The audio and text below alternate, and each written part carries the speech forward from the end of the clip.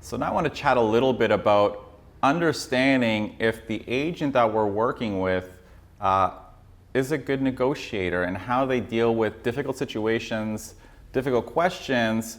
And I think it's important because even if we're tied to working with that agent because they're a friend or family or whatever, we feel obligated to work with them.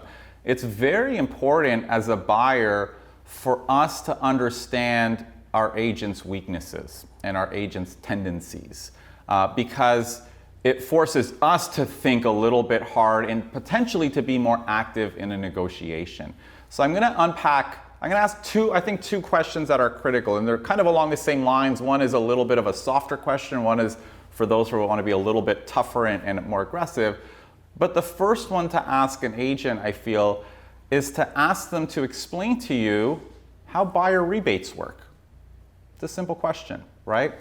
And you're not asking for a rebate, you're just asking them to explain to you how it works. And I will tell you, you're probably going to get one of two reactions. The first reaction, that's probably the most common one, are agents who get flustered and get panicked and feel anxious and respond basically by saying, I don't offer rebates and I don't do that and only discount agents. And don't answer your question, just explain to why they don't do that, right? That's, I suspect, is probably one of the more common reactions you would get to that question. The more professional reaction is for an agent to just explain to you how buyer rebates work, no differently from how I did in an earlier video, right? So this is kind of a simple way to see how agents deal with, potentially tougher questions. And if they fail that part, it's a bit of a red flag, because that's not a difficult question. You're just asking what I think is a very fair question as a buyer, to be educated and informed. Now, the better question, to be frank with you, is to actually ask your agent if they would be open to a rebate.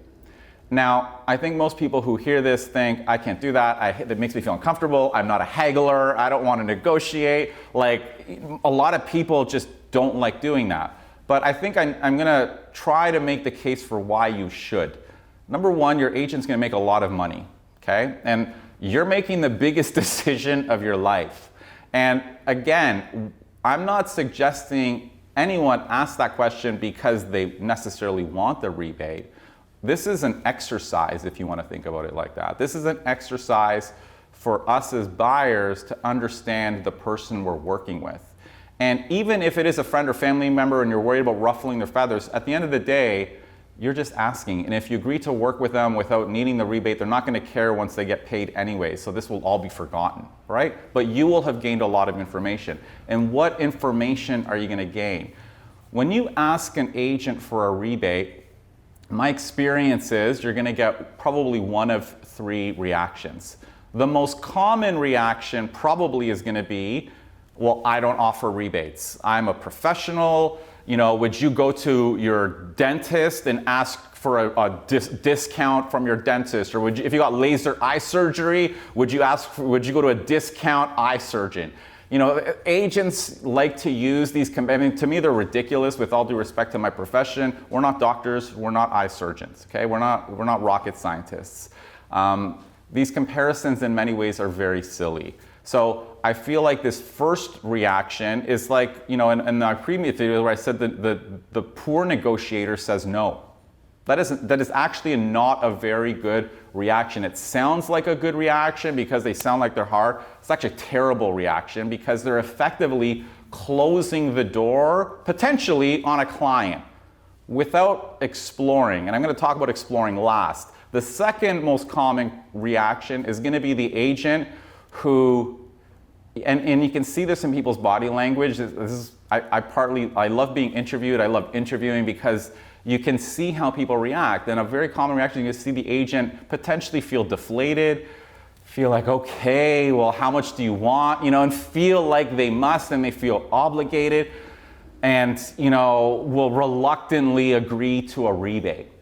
This is also a terrible reaction because this is the agent who's just giving money away. And not to say that the agent who maybe down the road might offer a rebate is a bad agent, but when you just just let it all out and give up kind of without even exploring and discussing it with your clients is actually also a bad sign. Like if you think about it in a negotiation, this is just someone who just concedes to everything, and just wants to close the deal and I don't care. And that's also a terrible reaction.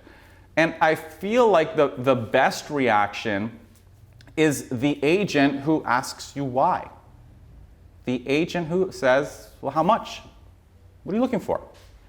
And why are you looking for that? And the why might seem like a silly question. You might be thinking, well, doesn't everyone want money? But the why isn't that you want money. The why is, why are you asking for it? There are reasons. And a couple reasons could be you just think every agent is the same and they're all just loading up lockboxes. It doesn't make a difference if I choose you or someone else. I may as well get $5,000 out of it, right?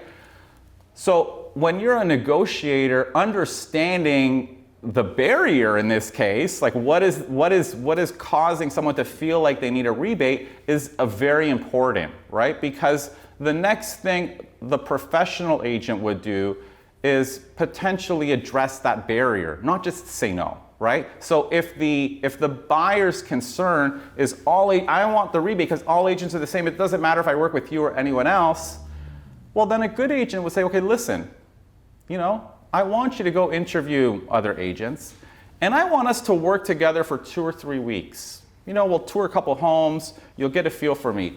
And if you don't see a difference, if I'm not better than everybody else, then let's talk about that because I want to be better than everyone else and I want you to tell me what your expectations are. So if I'm not better, I would be open to it. But if I am, well then let's work together and hopefully you don't need a rebate because you're valuing me for what I'm doing, not for this discount in the commission, right?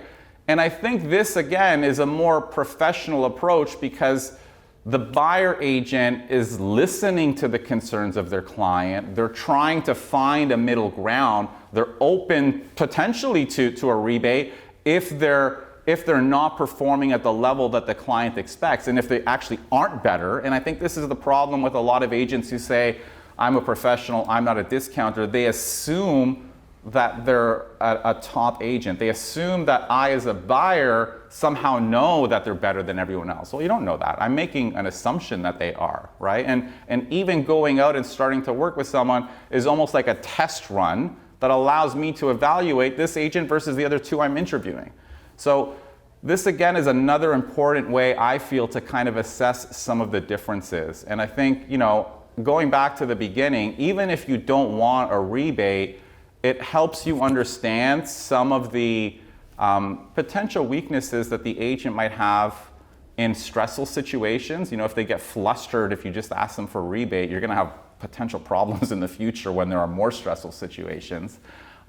If all they do is just say no because I'm a professional, you need to think about that when you're in your own negotiations. And then on top of that, if the person you're going to work with some obligation just agrees to a rebate reluctantly, then you need to be mindful of that because, are they just easily kind of giving away and kind of getting you to spend more to close a deal because they don't like confrontation with the other agent. So, it reveals a lot. Even if you end up working with that person, we need to be mindful of these weaknesses because, if I was in that situation as a buyer, I would adjust how I think about my negotiations. I would be more active in the negotiations and not lean on my agent enough. So I hope all of that gives you some insight into how to think about and how to agents a tough question and to think about how their reactions might impact your real estate decisions and your negotiations in the future.